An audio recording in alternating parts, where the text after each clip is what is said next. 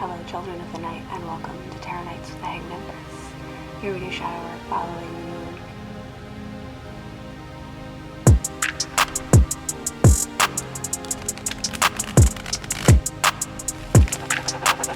Yo, VI, play the beat.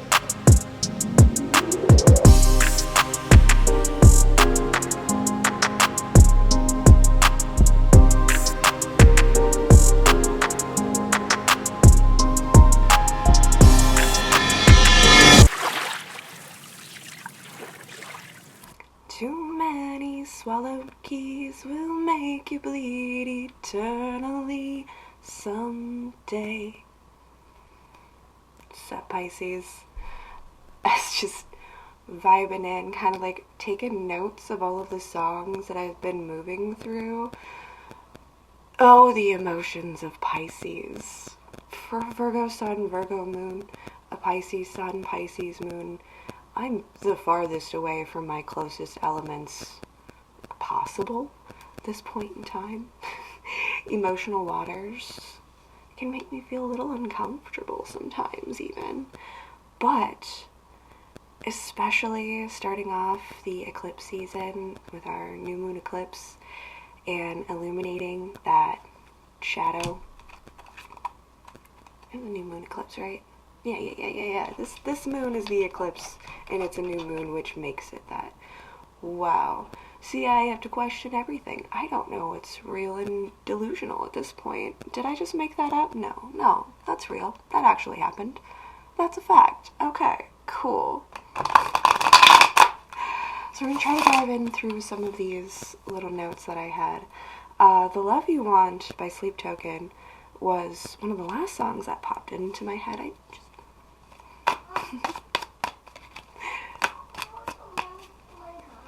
Oh, we're not done putting in the love and the care. One more moment. We leave, we tap back in.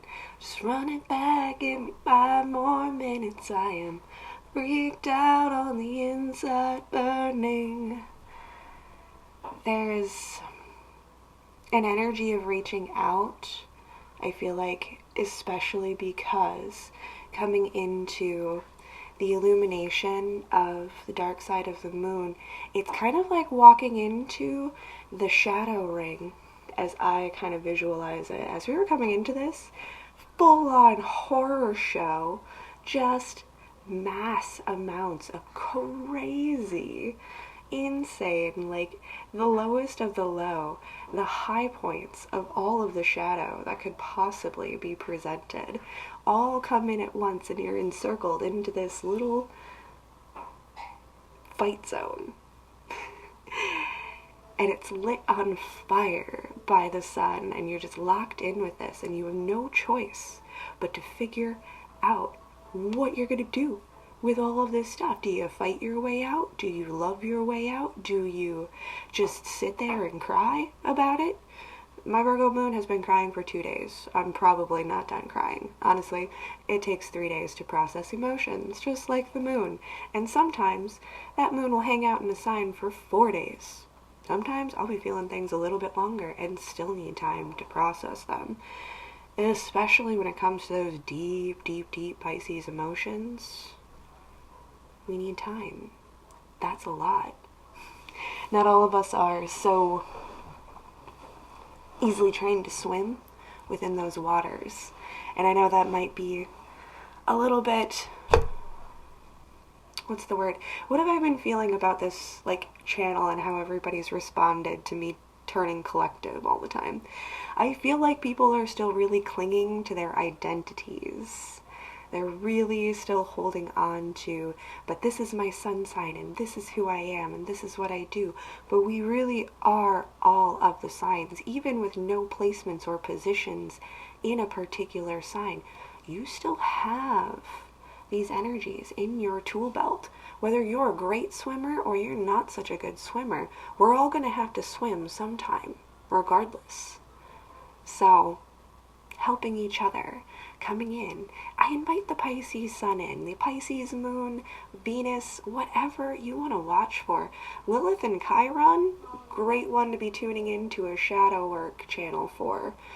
follow those kinds of stars and asteroids and things that are moving through those shadow spaces and presenting challenges, because that's what I'm here for.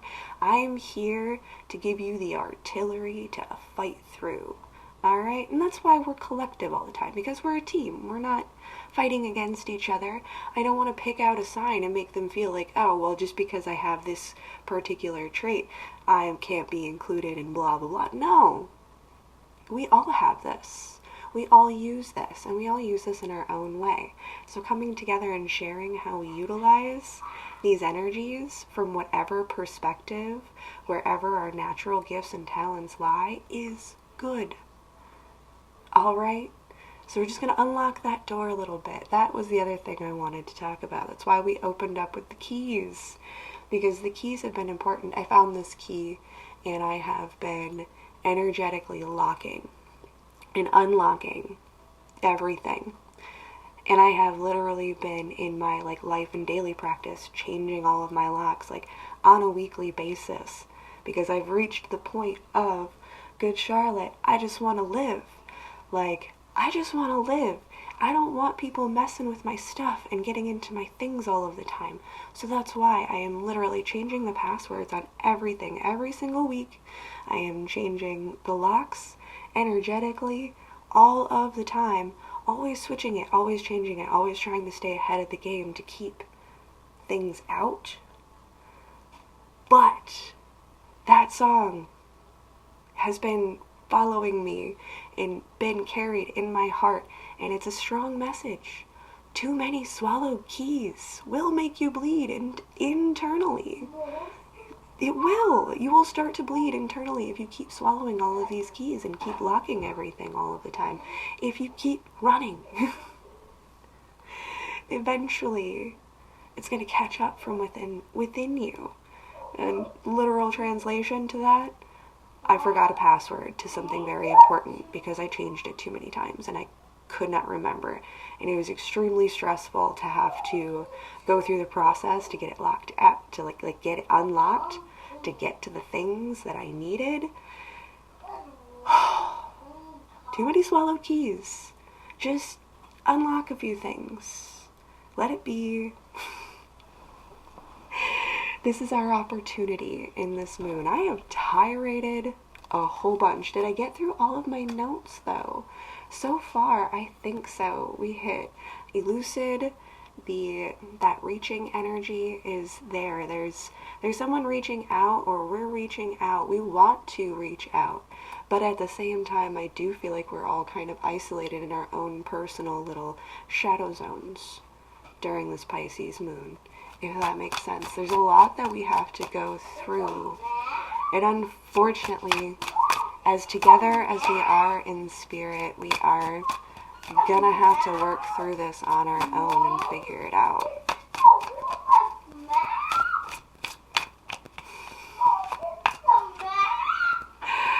Okay, there might be something really amazing and impressive happening. We better go check that out. Keep giving love, everybody. Opening up that space and leaving a little bit of room for the chaos and the unexpected is what might actually be the thing that gets you back on track, because he reminded me of my other point, because he was my other point. And that is the exchange rate of value and something old becoming something new. I am a thrifter. Virgo. Virgo as can be. I love thrift shops and finding really cool things for pittance is my gig, right? And I also like to participate in donating anything that I don't use or can't continue to play with or mess around with. Sometimes I'll take an old t-shirt and I'm tired of wearing it, so I'll cut it up and do something totally different with it, and now it's a new shirt. That's taking something old and making it into something new for me to enjoy. But I also really like to just unload, especially in times of stress. I learned this from my father, an Aries. I will purge. I'll be like, you know what? It's just too much. We're going to get rid of some stuff, right? And one of the things that I decided to finally get rid of is my enormous stack of magic cards. I'm holding this magic card. Because I used to play Magic the Gathering all of the time with my friends, and it was a fun game until my friends got really carried away, and not all of my friends have children, so they would like spend ridiculous amounts of money on the most craziest of cards, and it became not even fun to play against them. I didn't even want to play because they would beat me in like 3 turns, and they'd be like, no, let's play again, I want to see if I can beat you in 2. Like, no, how about not? It's not even a fair fight. I don't even want to play. Anyways, also a message in there. We're tirading today. We are completely Piscesing this whole thing out. Dream realm. It's all just inside my brain. You're gonna sit here and you're gonna listen to me tirade, and it's gonna make sense to you. Swear to God. The exchange rate of things. I haven't played this game in forever. Got tired, got frustrated, got bored of it, didn't want to play. But I kept the cards. I know that they're valuable. I know that some of them are valuable. But to pick through, sort through, find the value in it was just too overwhelming for me. So they just sat there in a box. I'm like, finally, you know what? I need to make some room. I'm going to donate these cards. The small one over there got a hold of some of these cards, and I gave him one of my decks. So, of course, the card I picked out is Liliana the Necromancer. And that's a heavy message, too. That is a heavy message, too. The necromancy has been a theme, and it's real. The desire to raise the dead and to hold that kind of power, to have an army of zombies. Like, I'm actually going to read this. I'm going to read this Planeswalker for you. We're going to talk about Liliana the Necromancer, as she's a tarot card now. Or we are utilizing her as one. Alright, so your +1 ability is target player loses 2 life. You can boost your stats to just take life away. It's sort of a vampire effect without being a vampire, which there are vampires in these decks too. And werewolves. I've done vampire decks, werewolves, zombies. So much fun. This might actually be a part of my zombie deck. -1 is return target creature from your graveyard to your hand. So anything that has been under your power or your spell at one time, it only costs 1 life. 1 sacrifice to raise the dead if you have once owned it. It doesn't cost much. Pet Cemetery. Ramones. That's in there too. We're going to write all these down because I'm going to set you up a playlist or do whatever I do with that. But it doesn't cost much. But beware of what zombies truly are, because they are a shell, a husk. They do not actually contain the original spirit, and if they do, that spirit has come back tainted. Have you ever watched any horror movies ever in your life? Necromancy never works out, kids. Best to let the dead lie. Alright, what's your -7?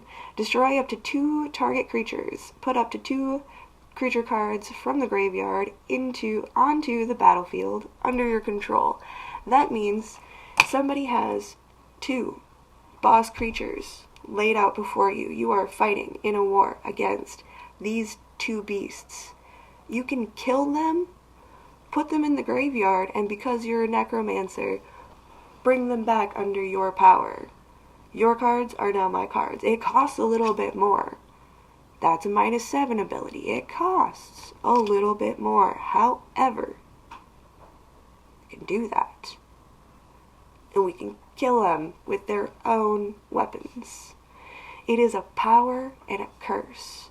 It is insane to actually hold that power and ability if you were to translate that into life. And I think that I pulled out this Planeswalker, and I wanted to use her as a tarot card because we are powerful creatures. We really can do things like this in the metaphorical. We can really revive things. We have that power and ability. But what are we going to do with it when we get it? Really? What are they going to be when we get them? Are they going to come back the same, or is it going to be a Pet Cemetery type situation where they come back just a little bit wrong? Or, now we're going into some more Stephen King. What is it? Following the flow of the brain for Pisces reading. It's fun. Sometimes they come back.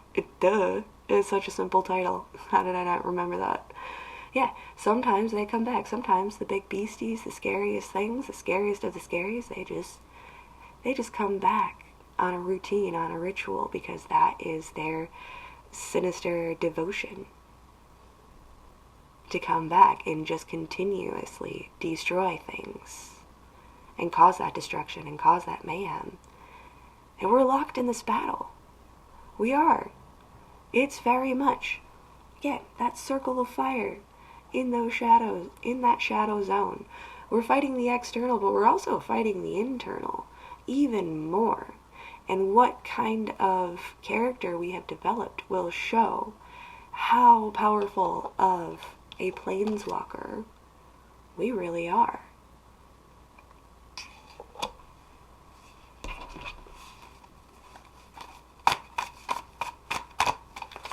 Now we can get in some tarot cards.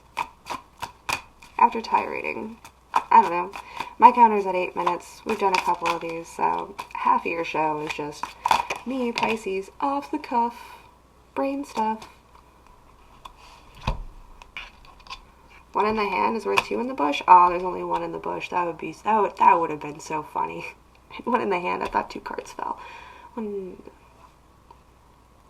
Eight of Cups. Firmly planted in the hand, stuck in there. Like, that was not going anywhere. And the fact that I can, like, feel the energetic strings and chains between myself and this person as she's, like, walking away from me. It's puppetry. Just pulling on those strings. No, come back. You're trying to walk away. You're trying to get free. You're trying to just get away from that emotional thing. No. I'm getting pulled.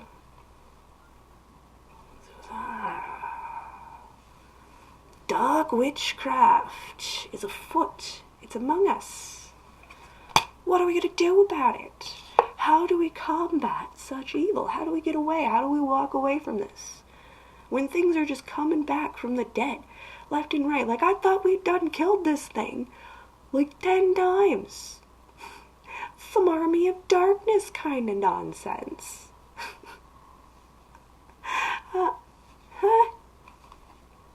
Can I put it down yet? Can I? Okay, she's loosening. Ah. That's how I feel about that. Bitch, cut it out. You cut those. Machete. Did I tell you to bring a machete? Because I hope you packed your machete. Pack that machete. You remember to bring it? Good. Reach into that backpack and grab that machete. And let's start cutting those strings. What are those strings? What are those actual attachments? And how do we actually cut them? What are they pulling on? What are they pulling away from you? What are you allowing them to pull on and take away from you that you actually need within yourself? And these are simple things. These are habits, routines, rituals. There is something that somebody is pulling on because it's integral, it is attached, it is necessary to you, but they have gotten their little necromancer grips on it and they're pulling on it. Don't let them pull those strings. We're going to cut those strings, cut those cords, and set ourselves free. Interruptions. One more. He brought us a card. He brought us another tarot card. Oh, the Arisen Gorgon. We're using it. might keep this deck just to play with for tarots. What do you think? Do you want a Magic the Gathering tarot time? Does that sound fun? Maybe we can make that a special. I don't know. Alright, so a zombie Gorgon. He's an arisen Gorgon with death touch as long as you control Liliana the Planeswalker, which means that any amount of damage this deals to a creature is enough to destroy it. So if a card has death touch, if a creature has death touch, all they have to do is hit you once. Doesn't matter what your life is. It will, what the life of the creature is that it's battling against, it will kill it. Come on, kids. We're gonna get through this. This is gonna be so choppy. I apologize. We're getting all a mess here. Look at that. Just falling apart at the seams. It's a war. It's a battle. Our hair's gonna get a little messy, okay? Things might not be so pretty by the end of this fight.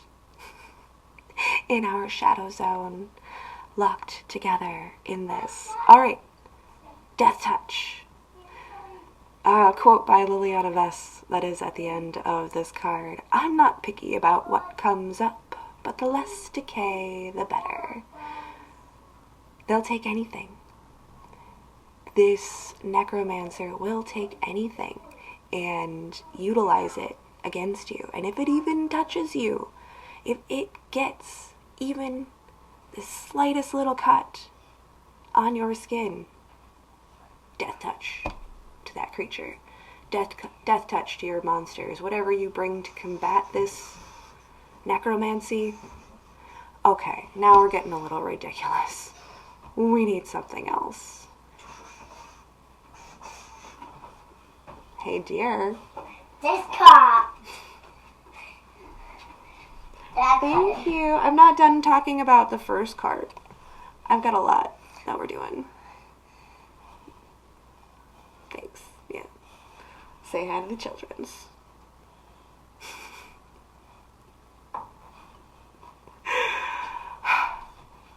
We do what we can here. Should we just keep going? Shall we try? While we entertain? No? No. Alright. We will get through this read, kids. Our little assistant is quite persistent. This is kind of playing out like Magic the Gathering, actually, where we have to take turns. Sometimes we have to stop and we have to really think about our next move and what we're doing and where we're going with all of this. But I swear it makes sense. It follows. It flows. It shows the way. On this battleground, we are coming up against sorceries, creatures, instants, ghouls, gorgons, zombies, galore. Battling the dead is the best way to describe this shadow work Pisces moon, don't you know? And all of these things that we thought were dead, they keep coming back for us. I feel like we have the ability to play on both sides. I don't know, I'm kind of looking at this 8 of Cups and the look on her face as she's looking at this arisen Gorgon, like, what are you even doing here? Like, we are from completely different worlds. Like, you realize this, right? Like, I know that magic is magic, but, like, what kind of dark magic you're doing over there? Doing all of this crazy stuff to boost your stats, bring things back from the dead, raise an army? We're not even playing this game. Target player loses 3 life, and you gain 3 life. You just cast a sorcery and drain me? Because you can? What kind of a game are you playing?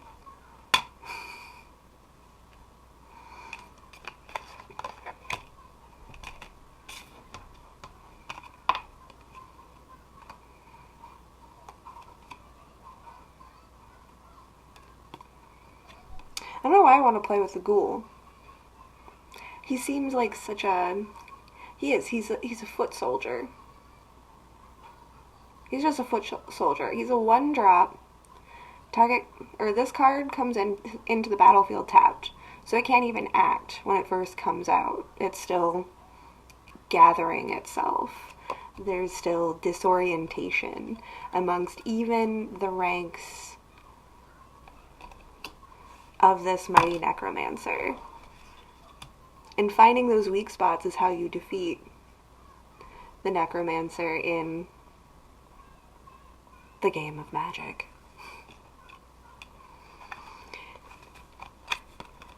Because we too can play with these cards, if we so choose.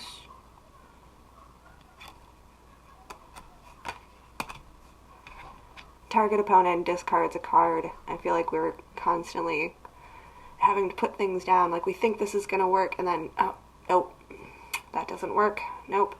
There's abnormal endurance, an instant. Until the end of the turn, target creature gets +2/+0, and gains, when this creature dies, return it to the battlefield tapped under its owner's control. So, this is like something that you would drop on one of these little 1-drop 2/2 guys. Boost up its damage, but it doesn't gain its defense. So what ends up happening is you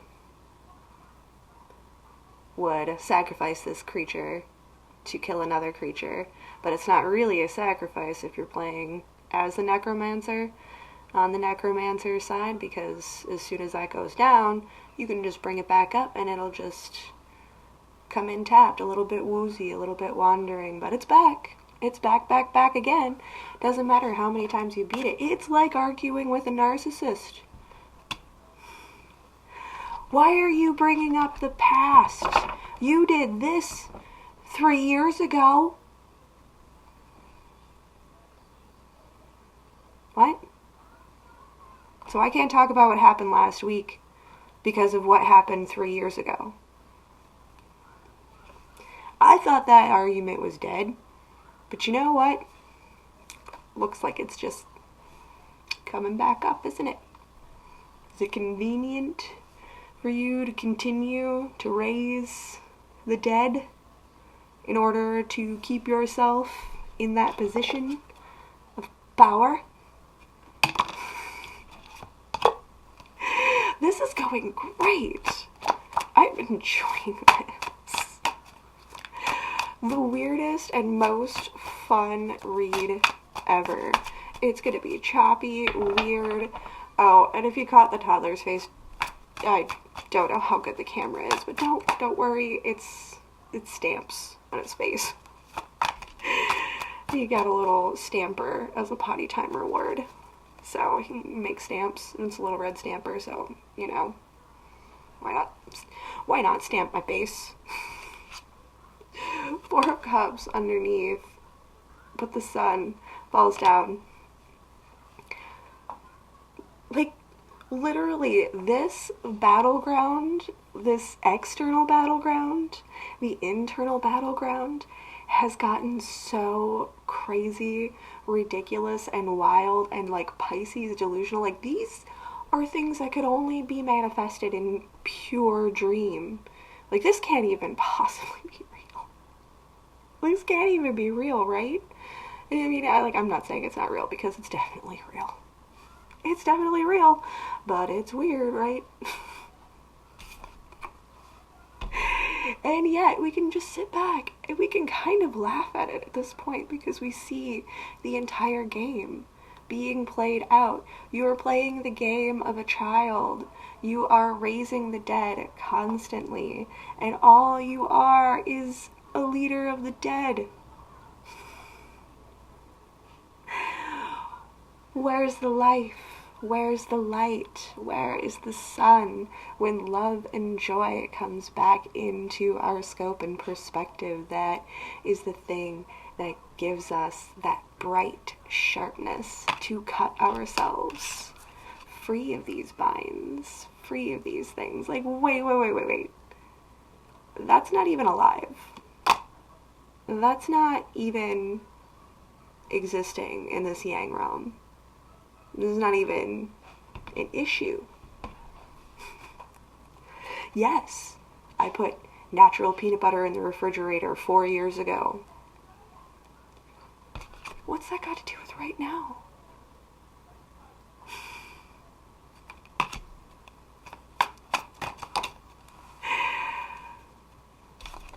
Dancing in the light, regardless of the state and conditions that we are in. The harder that they fight against us, the harder that we fight against ourselves, the more resistance that comes at us. Keep smiling at it, smiling through it. Cry when you have to cry. Release those emotions. Let those waters flow. Whoa. Just staring at the math here, but I've just like caught the math on there. What we're doing with the infinity symbol here to recalculate, recorrelate, restructure ourselves out of this eternal equation of constantly battling the dead and starting to deal more with the living. Like, we have the sun and the moon. The moon's at the bottom of the deck. And that Five of Pentacles is just trapped in between these two things as they pass by each other. And that look, that expression on her face. Is that what? Ugh. Ugh. Okay. Carry on then. We carry on. And why do we carry on? Because we have people who count on us. People who depend on us. People who have and are less than us. That need us to do more. Even if we ourselves don't feel like we are in a position... even if we as ourselves don't feel like we are in the position of power or strength. I'm just a little girl. But I have somebody else that has more needs than me to take care of. It's just this King of Pentacles just sitting here. He's got everything. He's got the house, the home, the money, the hard work, the establishment, done all these things. We're just a little girl trying to get by. Trying to help others who are less than ourselves when we are not even in that position.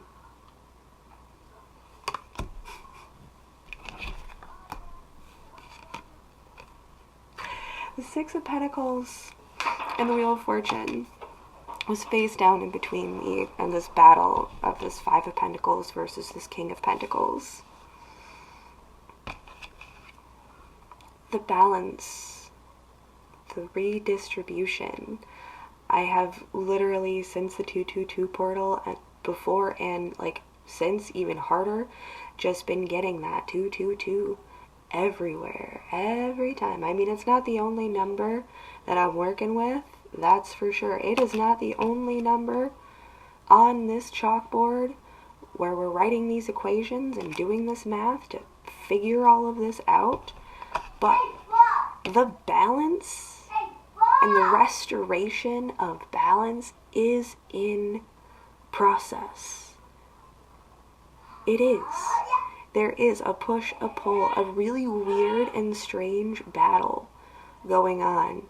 And we might not understand even what kinds of things that other people are playing with. Or maybe we do, and we just can't really do much about it. However, the imbalance between that King of Pentacles and the Five of Pentacles will be restored. The balance, the distribution, the turning of the fates, the return of the sun after those dark days under the moon. the joining of the sun and the moon together, functioning, integrated, finally. And if you haven't been working on integration, just start including that word in your vocabulary. For now, that's all I want you to do. If you are not already trying to math out how to properly utilize your own darkness and your own ability to play this role of the necromancer, if you're not already trying to figure out how you can integrate this without being overbearing,